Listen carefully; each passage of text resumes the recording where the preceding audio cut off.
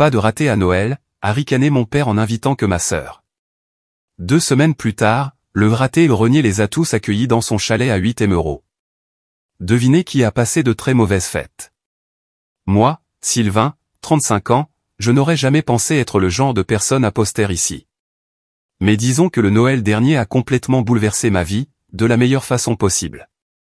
Je ne suis pas ici pour me vanter ou chercher la sympathie, juste pour vous raconter ce qui se passe quand l'enfant invisible arrête finalement d'attendre une invitation et construit sa propre table à la place.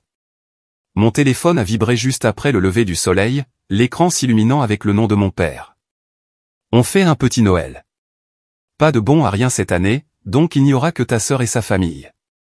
J'ai fixé le message une seconde, je l'ai relu 2 fois, puis j'ai répondu, compris. Amusez-vous bien. Court, poli, civilisé. Le genre de réponse qui dit « je m'en fiche », alors qu'en réalité, ça frappe comme un coup de poing lent dans les côtes. J'ai posé le téléphone sur le comptoir de la cuisine et j'ai laissé le silence s'installer. Même schéma, année différente. Marine est sa vie parfaite, la star de la famille depuis le premier jour, et moi, le personnage secondaire qu'ils oubliaient sans cesse d'inclure dans la scène.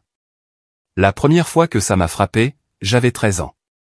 Je venais de gagner un concours régional de robotique, j'avais construit une machine qui pouvait déplacer des blocs par commande vocale.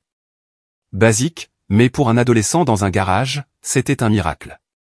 Je suis arrivé en courant dans le salon, le certificat dans une main, de la graisse encore sur les doigts, le cœur battant comme si j'avais percé le code de l'Agence spatiale européenne. Papa a à peine levé les yeux de son journal. C'est bien, Sylvain. Le solo de Marine s'est très bien passé hier soir. Son professeur a dit qu'elle pourrait un jour auditionner pour le Conservatoire de Paris. Maman a eu le souffle coupé comme s'il avait annoncé la paix dans le monde. Oh, il faut qu'on l'enregistre pour son portfolio. Mon certificat a fini sous une pile de factures sur le comptoir, où il est resté jusqu'à ce que je le jette moi-même. Puis il y a eu le drone. Je l'ai construit de A à Z en utilisant des pièces de vieux jouets télécommandés. Je l'ai programmé pour qu'il plane et réponde à des commandes de base. Je pensais que peut-être, juste peut-être, cela les impressionnerait enfin. J'ai appelé maman dans le jardin. Elle l'a regardé décoller, a cligné des yeux une fois, et a dit « Chouette, Sylvain ». Puis, sans perdre un instant, elle a ajouté « Oh, l'équipe de débat de Marine s'est qualifiée pour les championnats nationaux. On prend l'avion pour aller la voir ». Celui-là a fait mal. Pas parce que je voulais des éloges, mais parce que ça confirmait ce que je savais déjà. Marine pouvait éternuer et il l'écrirait dans le bulletin familial. Je pouvais inventer la téléportation, et il me demanderait de faire moins de bruit pendant qu'elle répétait ses gammes. Mais celui qui s'est gravé dans ma mémoire est arrivé un peu plus tard. J'étais dans le garage en train de tester un autre de mes projets ridicules, comme papa aimait les appeler. Un petit robot à roues qui pouvait suivre des signaux lumineux. J'avais des câbles partout par terre, une demi-douzaine de LED clignotants de différentes couleurs. Marine est entrée, faisant défiler son téléphone, portant une de ses écharpes surdimensionnées qu'elle adorait. Je lui ai dit de faire attention. Elle n'a même pas baissé les yeux, elle a juste marché droit devant et a trébuché sur un fil. La seconde d'après, elle criait, se tenant la cheville. Papa est arrivé en courant comme si je lui avais tiré dessus. « Mais qu'est-ce que tu fous, Sylvain ?» a-t-il hurlé. Je lui ai dit de faire attention. Tu aurais pu la tuer. Regarde ce bazar. Des câbles partout, des outils par terre. Maman est apparue ensuite, dramatique comme toujours. On l'emmène aux urgences. Tu arrêtes avec ces bêtises. Tu me comprends? C'était un accident, et j'essayais de dire. Ça n'avait pas d'importance. Ils étaient déjà dans la voiture. Ce soir-là, papa est entré dans ma chambre avec une boîte en carton. Donne-les-moi. Je l'ai regardé, confus. Quoi? Tes affaires. Tout. Les outils, les gadgets, les fils. Tu peux te ridiculiser autant que tu veux en dehors de cette maison, mais tu restes loin de ta sœur. Il est parti avec mon équipement comme si c'était de la contrebande. Ils m'ont aussi coupé mon argent de poche après ça. Ils ont dit que ça m'apprendrait peut-être le sens des responsabilités. Marine a eu une nouvelle paire de bottes de créateur 2 jours plus tard pour se sentir mieux. Après ça, j'ai arrêté de construire pendant un certain temps. Chaque fois que j'essayais de commencer quelque chose de nouveau, j'entendais la voix de papa dans ma tête. Tu peux te ridiculiser autant que tu veux. Alors, j'ai arrêté de risquer le ridicule. J'ai étudié tranquillement, j'ai gardé mes idées pour moi, j'ai appris très tôt que la curiosité avait un prix. Des années plus tard, quand j'ai finalement été admis dans une prestigieuse école d'ingénieurs, j'ai pensé que ça changerait tout. Ça n'a rien changé. Ils m'ont félicité comme si j'avais gagné à la loterie. Marine se préparait pour une autre performance de sa chorale. Et maman a dit, on viendra te voir quand les choses se calmeront. Ça n'est jamais arrivé. J'ai repris le téléphone, fixant ma réponse. C'est comme ça que j'ai survécu à leur version de l'amour familial. Faire comme si ça ne faisait pas mal et peut-être qu'un jour, ça ne ferait plus mal. J'ai souri en coin. Le genre de sourire qui cache des années de ressentiment silencieux. Joyeux Noël, Marine, ai-je murmuré. J'espère que ton projecteur est assez puissant pour nous deux. Mes années d'adolescence ont été difficiles. J'avais l'impression d'essayer de construire quelque chose pendant que ma famille agissait comme si j'assemblais des déchets. Quand je suis entré dans cette grande école d'ingénieurs, j'ai cru que ça allait enfin inverser la tendance. Jean, peut-être qu'il dirait, waouh, Sylvain, c'est incroyable. On est fiers de toi. Non. Papa a juste dit, c'est loin de la maison, hein? T'es sûr de ton truc avec les ordinateurs? Maman a ajouté, la remise des diplômes de l'école de droit de ta sœur tombe la même semaine. On devra voir pour venir te rendre visite. Ils ne sont jamais venus. Pendant ce temps, Marine m'a envoyé un texto. Félicitations, frérot. Tu vas devenir un hacker ou un truc du genre maintenant, lol. C'est tout. L'école, c'était brutal. Tout le monde autour de moi avait des plans B, des relations, des parents qui s'en souciaient vraiment. Mon plan B, c'était la soupe en conserve. J'appelais parfois à la maison, mais la plupart du temps, ils étaient occupés avec les événements de Marine. Les championnats de débat, une nouvelle promotion, l'organisation de sa fête de fiançailles. Ma mère parlait plus des fleurs que de mes examens finaux. Puis il y a eu le mariage, ce cirque. 300 personnes, un quatuor à cordes, des lustres si brillants qu'on pouvait y voir son reflet. Le fiancé de Marine, Antoine, était un de ces types qui portent des boutons de manchette au petit déjeuner. Il m'a à peine regardé. Je pensais que j'aurais au moins le droit d'être à côté d'elle comme garçon d'honneur, tu sais, en tant que frère, mais non. Antoine avait ses potes de prépa, ses cousins, même son entraîneur de rugby du lycée. On m'a tendu une lampe de poche. Papa a dit, tu es doué avec les fils. Rends-toi utile. Aide le type de l'éclairage. Alors, je l'ai fait. J'ai passé la majeure partie de la soirée à ramper sous les tables et à vérifier les prises pendant que Marine flottait dans sa robe comme une reine. Toutes les quelques minutes, quelqu'un disait, vous devez être si fiers, et mes parents souriaient comme si c'était eux qui se mariaient. Quand elle a fait son discours, maman a pleuré. Papa a pris des vidéos sous tous les angles. Quand j'ai dit au revoir ce soir-là, il parlait déjà de destination de lune de miel avec les parents d'Antoine. Je doute même qu'ils aient remarqué mon départ. La seule personne qui a pris la peine de me parler vraiment, c'était l'oncle Rémi, le frère cadet de mon père. Il est l'opposé de mes parents. Calme, sarcastique d'une manière amusante. Il écoute vraiment quand on lui parle. Il m'a pris à part après la cérémonie, m'a tendu une bière. Je n'en voulais même pas, mais j'ai apprécié le geste et j'ai dit, ne le prends pas personnellement, gamin. Ils ont toujours été comme ça. Le problème, ce n'est pas toi. Ils pensent juste que ce qui est bruyant est synonyme de succès. Ce n'était pas grand-chose, mais ça m'est resté. Il m'a parlé comme à une personne, pas comme à un accessoire de fond dans le spectacle de Marine. Après ça, j'ai gardé mes distances. Les vacances, les anniversaires, peu importe. Tout se mélangeait. Les appels sont devenus plus courts. Je leur envoyais toujours des nouvelles, mais c'était surtout le silence de leur côté. J'ai appris que si je ne parlais pas de Marine, la conversation mourrait en 1 minute. Un jour de Toussaint, pendant ma 3e année, j'étais à court d'argent. J'avais travaillé à temps partiel en réparant des ordinateurs dans les résidences universitaires, mais le loyer venait de manger mon dernier salaire. Les billets d'avion étaient chers, alors j'ai ravalé ma fierté et j'ai appelé à la maison. Salut, les billets d'avion sont chers cette année. Vous pensez que vous pourriez m'aider un peu pour que je puisse rentrer pour la Toussaint? Maman est restée silencieuse. Puis papa a pris le téléphone. Ne t'inquiète pas pour ça, Sylvain. Que tu viennes ou non ne changera pas grand-chose. On se verra peut-être à Noël. Ils l'ont dit comme s'ils me rendaient service, m'épargnant le dérangement. Je suis resté assis sur mon lit de CTU, tenant le téléphone comme un idiot.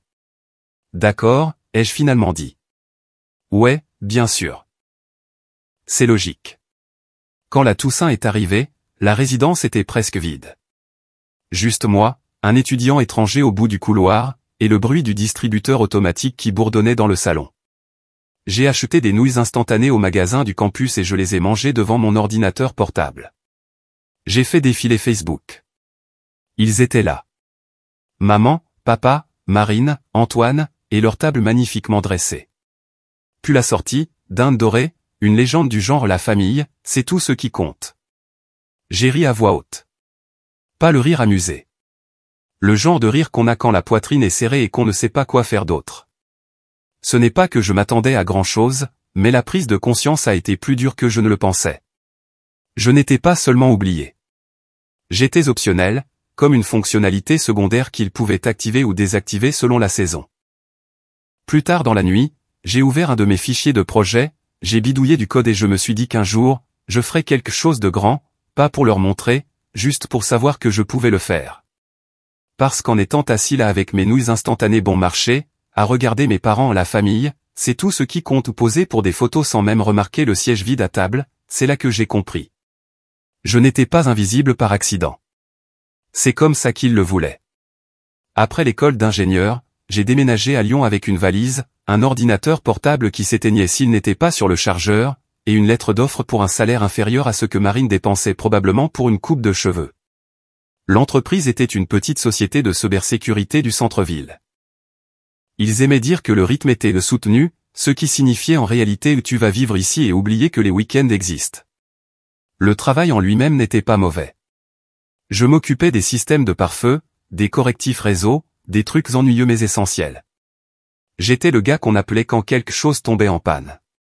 Et d'une manière ou d'une autre, ça tombait toujours en panne. Je passais des nuits blanches à réparer des serveurs pendant que mon manager s'attribuait le mérite des rapports. Quand les primes arrivaient, il en avait une. Moi, j'avais droit à un continu comme ça.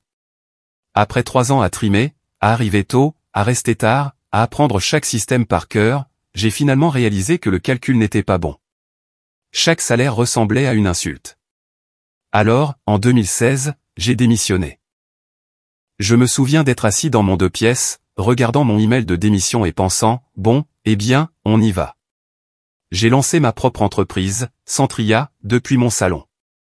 J'avais un bureau, une machine à café qui semblait à l'agonie, et le genre de détermination qui vous rend un peu stupide. Les premiers mois ont été un chaos. Je rencontrais des clients dans des cafés, parfois dans des halls d'hôtel parce que je n'avais pas de bureau. Je construisais des systèmes de sécurité pour des petites entreprises, des commerces de quartier, des cliniques, des startups. Je codais 14 heures par jour, mangeant à peine, essayant de donner l'impression que je ne gérais pas tout ça tout seul. Pendant un certain temps, ça a marché. L'argent rentrait au compte-gouttes. J'ai même commencé à penser que cela pourrait être le début de quelque chose de grand. Puis un contrat a mal tourné. Un client a prétendu que ma mise à jour de sécurité avait cassé son système de paiement. Ils ont cessé de payer et ont menacé de me poursuivre en justice. Ce client a entraîné 3 autres qui exigeaient des remboursements que je ne pouvais pas me permettre. Mes factures se sont accumulées. Mon loyer était en retard. Et d'un coup, je suis passé de jeune entrepreneur à gars qui pourrait perdre son ordinateur portable au profit des agences de recouvrement. J'ai appelé mes parents. Erreur numéro 1. Maman a répondu, sa voix dégoulinant d'une fausse inquiétude. Sylvain, tu aurais vraiment dû y réfléchir. Les affaires, c'est risqué, tu sais. Ouais, merci, maman. J'ai compris, ai-je dit, en essayant de garder un ton calme. J'ai juste besoin d'un petit prêt. Je te le rembourserai dans quelques mois. Papa a pris le téléphone. Pourquoi tu ne te trouves pas un vrai travail? Le cabinet de Marine marche très bien. Elle a choisi quelque chose de stable. Je me suis frotté la tempe. Je n'ai pas demandé de conseil de carrière, papa. Juste un prêt à court terme. Tu as fait tes choix, a-t-il dit. Il est temps de les assumer. C'était la fin de cette conversation. Alors, j'ai appelé Marine. Elle était avocate à l'époque. Ou du moins, elle aimait le rappeler aux gens. Je pensais qu'elle pourrait peut-être m'orienter dans la bonne direction. Elle a répondu à la deuxième sonnerie. Bruit de bureau fort en arrière-plan. Sylvain. Salut, quoi de neuf? Besoin d'aide juridique? Ouais, un peu. Un client m'attaque pour rupture de contrat. J'ai juste besoin. Elle m'a coupé en riant.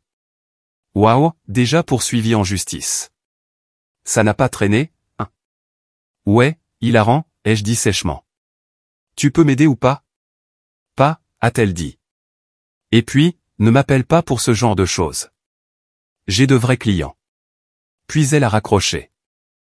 J'ai fixé mon téléphone pendant une bonne minute, luttant contre l'envie de le jeter. Une semaine plus tard, j'ai reçu une lettre d'une agence de recouvrement et un avertissement de mon propriétaire. Ce soir-là, je me suis assis dans mon appartement, entouré de tasses de café vides et de contrats imprimés, pensant que j'avais peut-être vraiment gâché toute ma vie. Il me restait un numéro à essayer. Oncle Rémi.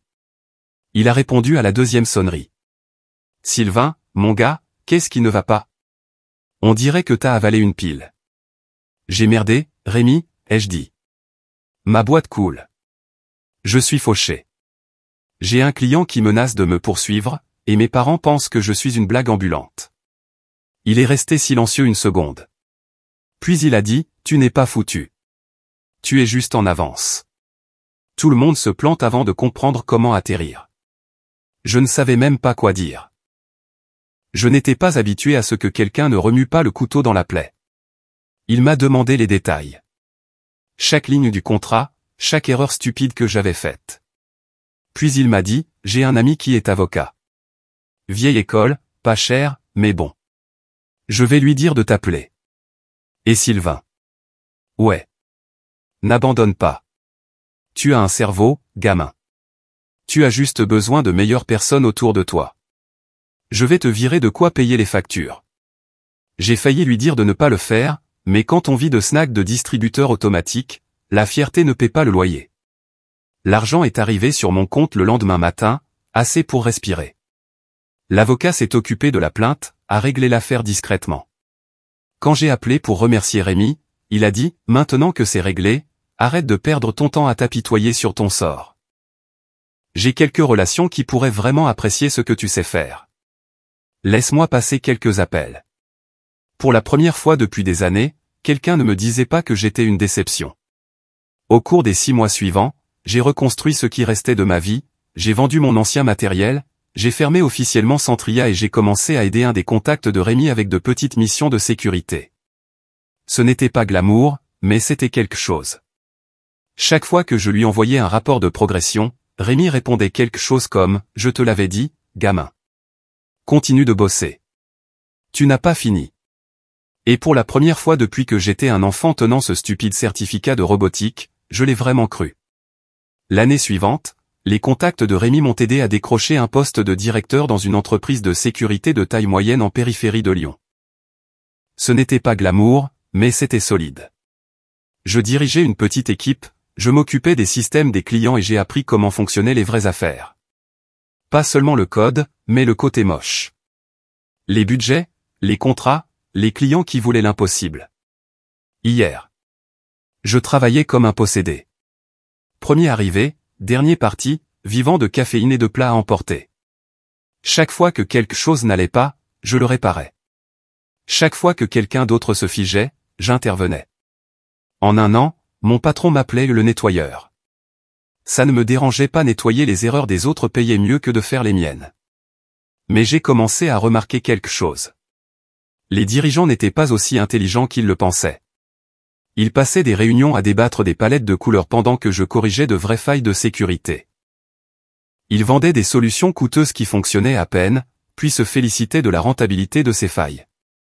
Je gardais ma bouche fermée, mais ça me dérangeait. 3 ans plus tard, vers 2020, après une réunion particulièrement stupide où un vice-président a suggéré de gérer une fuite de données en la supprimant simplement, j'en ai eu assez. Je suis rentré chez moi, j'ai tapé ma démission, j'ai cliqué sur envoyer et je n'ai même pas attendu de réponse. Ce soir-là, j'ai ouvert un nouveau dossier sur mon ordinateur portable et je l'ai nommé ShieldPass. Je voulais quelque chose de plus intelligent, de plus propre, de vraiment à l'épreuve des balles, un système que les petits hôpitaux et les commerçants pourraient se permettre sans avoir besoin d'un budget de la NASA. C'était insensé.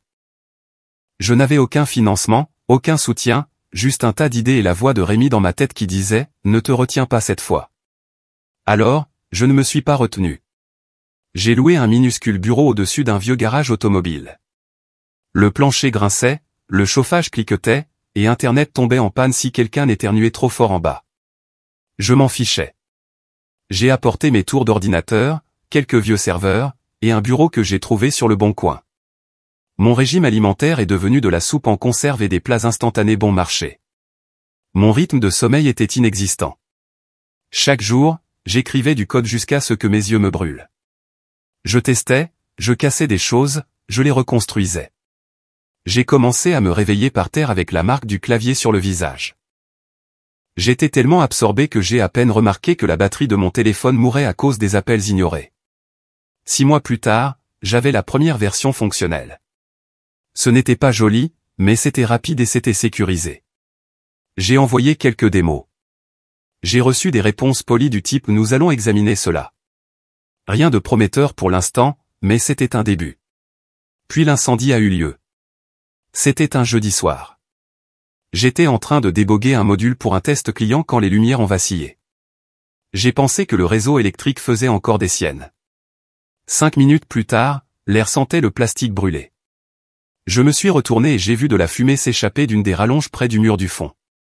Putain. Pas maintenant, me suis-je crié à moi-même en courant. J'ai arraché la prise, mais c'était trop tard. La prise grésillait et les flammes commençaient à lécher le placoplâtre. J'ai attrapé l'extincteur le plus proche, j'ai tiré la goupille et j'ai pulvérisé jusqu'à ce que l'engin ne crache plus que de l'air. Ce n'était pas suffisant. J'ai couru vers la porte, mais c'est là que ça m'a frappé. Les serveurs. Tout ce que j'avais construit était sur ces disques. Des mois de travail. Mon cerveau disait le cours, mais mes jambes sont allées dans l'autre sens. J'ai enroulé mon sweat à capuche autour de ma bouche, je suis retourné à l'intérieur et j'ai débranché l'unité principale. La fumée était assez épaisse pour me piquer les yeux. J'ai laissé tomber la moitié de l'équipement, j'ai trébuché sur une boîte, j'ai mal atterri sur mon poignet. La douleur a parcouru mon bras. Le temps que je sorte en titubant, toussant comme un idiot, les pompiers arrivaient déjà. Je suis resté là, sur le trottoir, à regarder l'endroit brûlé. Le bureau dans lequel j'avais investi ma vie se transformait en boue noire devant moi. Quand tout fut terminé, l'un des pompiers est venu me voir. « Assurance ? » ?»« Oui, » ai-je dit automatiquement. Mais plus tard, j'apprendrai que ma police ne couvrait pas les pannes électriques dues à un câblage défectueux. En gros, j'étais foutu. Ce soir-là, je me suis assis dans ma voiture, fixant l'équipement que j'avais réussi à sortir. Un moniteur à moitié fondu, une tour grillée, et un serveur qui semblait avoir traversé une zone de guerre. Pendant une seconde, j'ai pensé à tout laisser tomber. Peut-être que mes parents avaient raison. Peut-être que j'étais juste programmé pour la déception. Puis j'ai reçu un texto de Rémi. J'ai entendu pour l'incendie. Tu vas bien ? Je lui ai raconté ce qui s'était passé. Il a répondu 2 minutes plus tard, donne-moi un jour. J'ai un gars qui pourrait peut-être aider. Le lendemain matin, il a appelé. Un vieil ami à moi, ingénieur système à la retraite. Un peu ermite, mais ce type peut récupérer des données comme personne. Je lui ai dit, tu vaux le coup. J'ai conduit 2 heures jusqu'à une petite ville où vivait ce type. Il avait l'air de ne pas avoir vu la lumière du jour depuis une décennie, mais il faisait de la magie. Il a pris mes disques endommagés, les a branchés sur son installation Frankenstein et a dit, donne-moi une semaine. 5 jours plus tard, il a appelé. Je n'ai pas tout récupéré, a-t-il dit quand je suis arrivé. Mais assez. Je l'ai ramené chez moi, je l'ai branché et j'ai regardé le code. La moitié avait disparu, mais le cœur était là. J'ai reconstruit le reste de mémoire et à partir de notes. J'ai travaillé jour et nuit. Pas de distraction, pas de sommeil, juste une concentration brute. 3 mois plus tard, ShieldPass n'était pas seulement de retour. Il était plus rapide, plus fort, plus intelligent. L'incendie ne l'avait pas tué.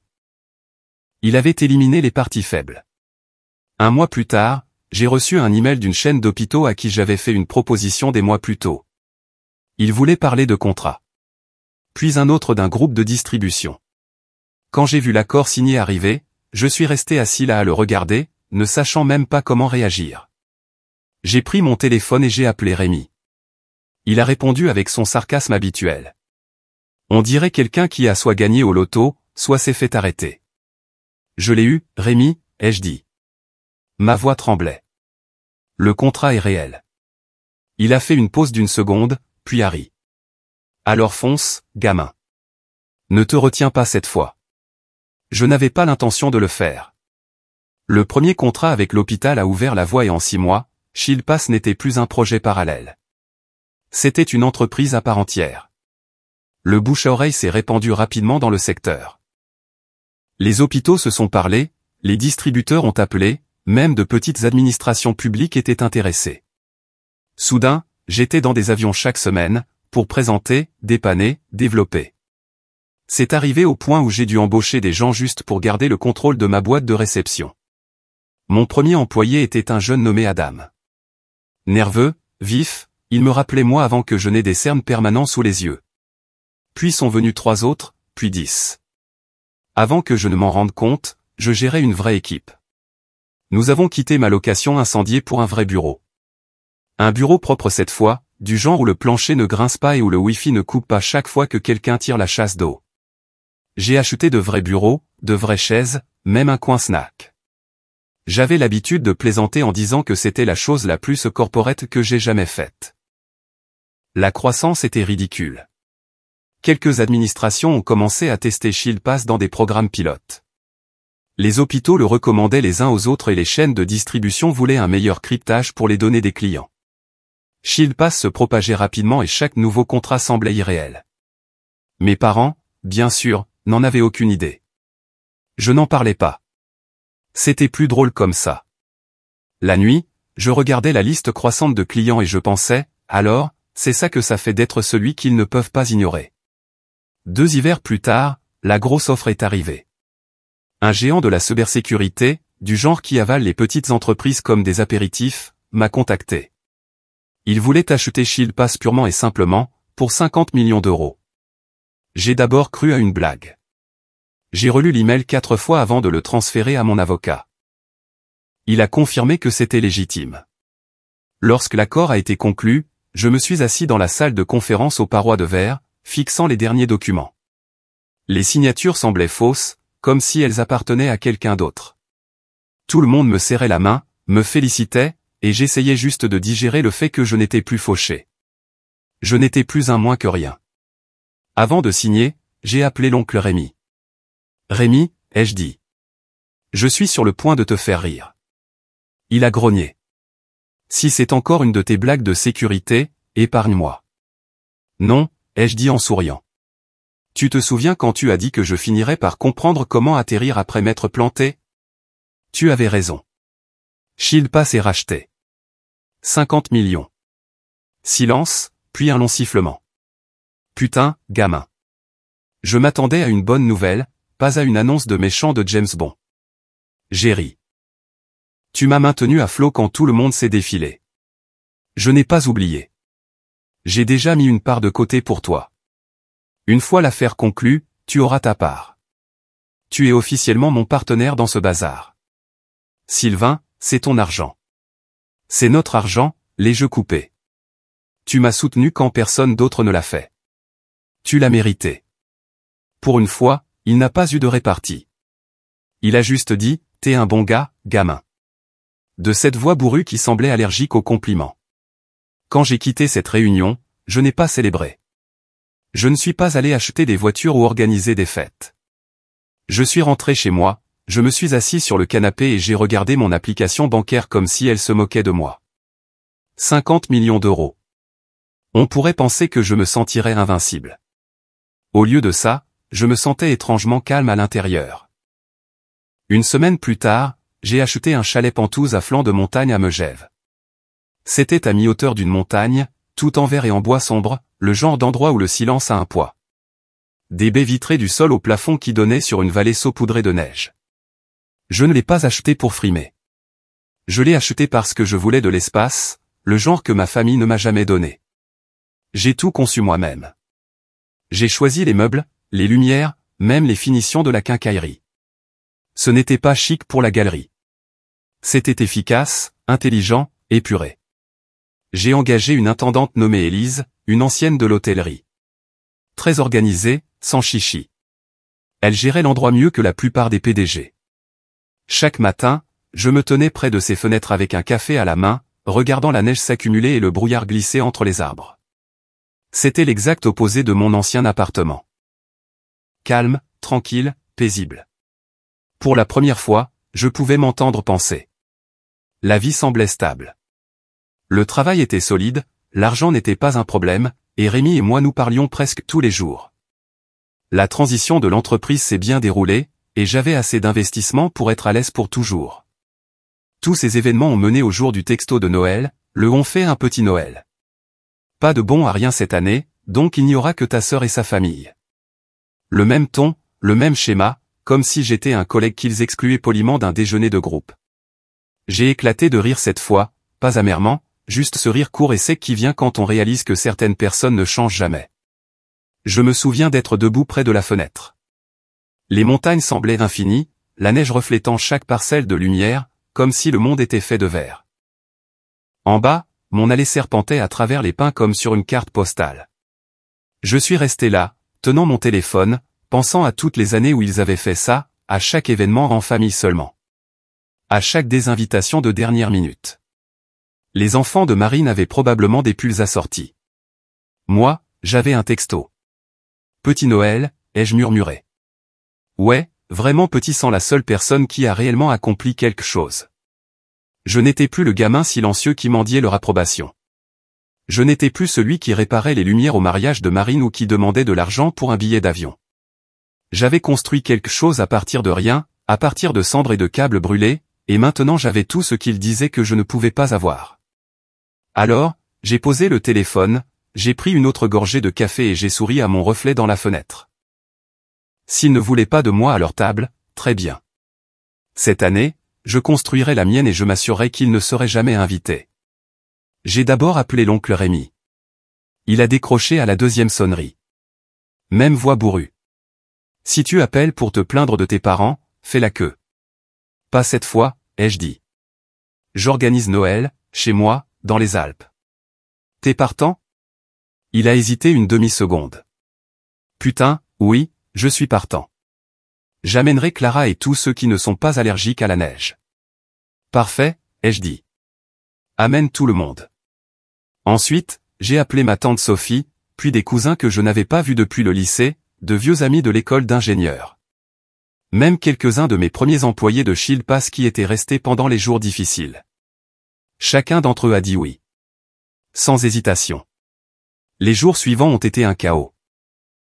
J'ai demandé à Élise de s'occuper de la logistique, des vols, des voitures, des chambres. C'était une machine. Quand elle a eu fini, j'avais une liste complète d'invités, des navettes privées et assez de nourriture prévue pour nourrir une petite armée. La cuisine ressemblait à une émission culinaire, du genre avec 6 fours et pas assez de jurons. Le soir du réveillon de Noël, le chalet était vivant. Les bagages s'empilaient près de la porte, les rires résonnaient contre les murs, des gens que je n'avais pas vus depuis des années s'embrassaient comme si le temps ne s'était pas écoulé. L'oncle Rémi est entré le premier, de la neige sur sa veste, souriant comme un enfant. Gamin, a-t-il dit en regardant autour de lui. Tu as minimisé les choses. Cet endroit ressemble à un décor de cinéma. Ouais, ai-je dit en souriant. Sauf que le scénario est vraiment bon cette fois. Il a ri, m'a frappé dans le dos et a commencé à me présenter à la moitié des parents que je me souvenais à peine. Les enfants de mon cousin couraient partout en glissant sur le parquet. La cheminée rugissait, la musique jouait, et pour une fois, personne ne marchait sur des œufs. Puis le téléphone a commencé à sonner. L'un de mes cousins, Marc, a regardé son écran et a dit « c'est ton père ». Réponds, ai-je dit, sachant déjà comment cela allait se passer. Marc a mis le haut-parleur. Salut, tonton Gérald. Joyeux Noël. Marc, où êtes-vous? On vous attend depuis ce matin. Les enfants de Marine ouvrent leurs cadeaux. Marc m'a jeté un regard, souriant à moitié. Oh, on est chez Sylvain. Dans les Alpes. C'est incroyable ici. Silence de mort. Puis la voix de mon père, sèche. Vous êtes où? Au chalet de Sylvain, a dit Marc, essayant de ne pas rire. Il a invité tout le monde. Mon père a raccroché sans un mot de plus. 2 minutes plus tard, le téléphone d'un autre cousin a sonné. Puis un autre. Maman faisait le tour maintenant. Même question à chaque fois. Même réponse, même raccrochage. Je n'étais pas surpris. C'est le truc avec les gens qui pensent que tout leur est dû. Ils croient que le monde a mal tourné quand il arrête de tourner autour d'eux. Au moment du dîner, Élise s'était surpassée. Dinde rôtie, jambon glacé, assez de plats d'accompagnement pour nécessiter une deuxième table. L'air sentait le beurre et la cannelle. Les fenêtres brillaient d'une lueur orangée provenant du feu. On se serait cru dans un de ces Noëls que j'imaginais quand j'étais enfant en regardant les publicités. Vers 20h, on a frappé à la porte.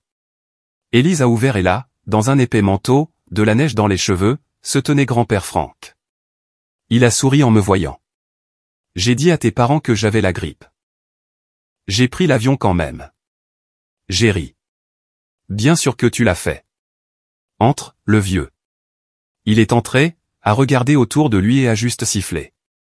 C'est une sacrée installation, Sylvain. Tu l'as enfin fait. Il était temps que quelqu'un le remarque, ai-je dit en lui tendant une assiette. Il a fait un clin d'œil. Oh, ils ont remarqué. Crois-moi. Ta mère appelle tout le monde du groupe de l'église pour essayer de comprendre comment tu as réussi ça. Le reste de la nuit a été parfait. Le genre de chaos qui fait du bien. Rémi se disputant avec Clara pour savoir qui avait apporté la mauvaise tarte. Quelqu'un a posté des photos en ligne. Noël au chalet de Sylvain. La vue est incroyable. En 1 heure, elles étaient partout. Ma boîte de réception a explosé de tags, de mentions, de messages directs. Vers 22h, mon téléphone a vibré avec un texto de Marine. Putain de merde, c'est chez toi. J'ai fixé le message 1 seconde, puis j'ai répondu, ouais. Petit Noël cette année. J'ai posé le téléphone et je suis retourné dans le salon. Rémi était assis près de la cheminée, un verre de soda à la main, regardant tout le monde rire. Regarde ça, a-t-il dit en faisant un geste circulaire. Tu as construit quelque chose de réel, gamin. Pas seulement de l'argent. Ça. Ouais, ai-je dit en m'adossant à ma chaise. Et je n'ai même pas eu besoin d'un solo de chorale pour attirer l'attention.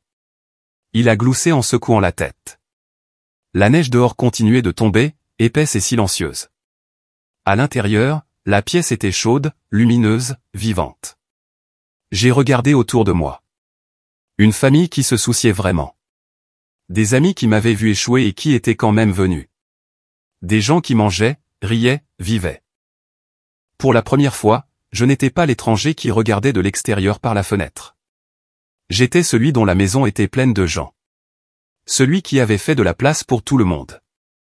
Et le meilleur, c'est que mes parents étaient assis quelque part, fixant leur téléphone, réalisant que Noël s'était finalement déroulé sans eux. Le lendemain matin, j'étais encore à moitié endormi quand mon téléphone a commencé à vibrer sans arrêt. Identifiant de l'appelant, papa. Forcément. J'ai répondu. Bonjour. Bonjour. Sa voix était assez tranchante pour couper du verre. Tu nous as humiliés, Sylvain. Tout le monde parle de ton petit cirque de Noël. À quoi diable pensais-tu? Je me suis assis, je me suis frotté les yeux. Je pensais à passer de bonnes vacances avec des gens qui se pointent vraiment. C'était notre Noël, a-t-il lancé. Tu l'as volé. Tu as invité tout le monde, notre famille, nos amis, sans même nous le dire. Correction, ai-je dit, en gardant un ton calme. J'ai invité les gens dont vous aviez oublié l'existence. Grosse différence. En arrière-plan, j'entendais maman intervenir. Dramatique comme d'habitude. As-tu la moindre idée de l'image que ça nous donne? Tout le monde a vu ces photos en ligne. Ton chalet, ta fête, même ton grand-père. Les gens nous appellent pour nous demander pourquoi nous n'étions pas là. J'ai presque ri. Tu veux dire, à la fête de ton fils bon à rien que vous n'avez pas invité à votre Noël? Ouais, c'est fou. Papa a expiré bruyamment par le nez. Tu sais quoi? Je ne vais pas continuer. Dis-moi juste une chose. Comment as-tu pu te permettre tout ça? Ah, la voilà. La vraie raison de l'appel. Je me suis levé, je me suis approché de la grande fenêtre. La neige tombait toujours, les montagnes brillaient dans la lumière du matin. Tout le monde dormait encore. Tu te souviens de Shilpas, ai-je dit nonchalamment. Ouais, a-t-il dit. Ton truc de technologie. Et alors? Je l'ai vendu, ai-je dit. Pour 50 millions. Silence. Pendant 10 secondes complètes. Puis la voix de maman, tremblante et aiguë. 50 quoi? Millions, ai-je répété. Avec un monsieur papa a eu un hockey. Tu plaisantes. Non, ai-je dit. C'est vrai. Tu pourrais le chercher sur Google si jamais tu cherchais autre chose que le cabinet d'avocats de Marine. Ils ont tous les deux commencé à parler en même temps, leurs voix se bousculant. Le choc se transformant en quelque chose de plus laid. Maman a été la première à le dire. Nous sommes ta famille, Sylvain. Cet argent, il nous appartient à tous, d'une certaine manière. Pardon? Eh bien, nous t'avons soutenu pendant tes études, pendant tes... J'ai ri. Soutenu? Vous voulez dire les années où vous m'avez ignoré, m'avez dit de trouver un vrai travail et m'avez exclu de toutes les fêtes? Ce genre de soutien. Ne sois pas ridicule, a dit papa. Nous sommes toujours tes parents. Tu ne serais même pas là où tu es sans nous. À ce moment précis, grand-père Franck est entré dans la cuisine, en robe de chambre et tenant une tasse. Qui fait tout ce boucan si tôt? Je lui ai fait signe de s'approcher. Tu vas adorer ça, ai-je dit en mettant le téléphone sur haut-parleur. La voix de maman est sortie, forte et claire. Sylvain, écoute. On ne demande pas grand-chose, juste quelque chose d'équitable. Une part familiale. Grand-père a posé sa tasse et s'est penché sur le téléphone. Vous avez un de ces culots, vous deux, a-t-il grondé. Papa, a dit mon père, surpris. Oh, ne m'appelle pas papa, a lancé grand-père. Vous avez ignoré ce garçon pendant des années, l'avez traité comme un raté, et maintenant vous pleurez parce qu'il a enfin réussi quelque chose sans vous. Vous devriez avoir honte. Maman a commencé à bafouiller. Nous voulions juste. Et Marine, a coupé grand-père. Si tu écoutes ces bêtises, tu devrais aussi avoir honte. Comme par hasard, une autre voix s'est jointe à la conversation. Marine. Grand-père, s'il te plaît. Ce n'est pas comme ça. Notre Noël avait l'air triste comparé au sien. Tout le monde nous demandait pourquoi nous n'étions pas invités. La prochaine fois, a dit grand-père, sa voix sèche mais ferme. Traitez-le comme un membre de la famille avant de vous plaindre d'être exclu. Personne n'a dit un mot après ça. On pouvait pratiquement entendre leur fierté se fissurer à travers le haut-parleur. Puis papa a marmonné quelque chose à propos de reparler plus tard et a raccroché. Grand-père s'est adossé à sa chaise, souriant. Ça fait du bien. Mieux que le café, ai-je dit. Il a gloussé. Ils s'en remettront ou pas. Quoi qu'il en soit, tu es libéré de leurs bêtises maintenant. Et il avait raison. Le reste de la journée a été parfait. La neige dehors était assez épaisse pour une bataille de boules de neige qui a duré 1 heure. Rémi et moi nous sommes fait anéantir par une bande de gamins de 10 ans, mais je m'en fichais.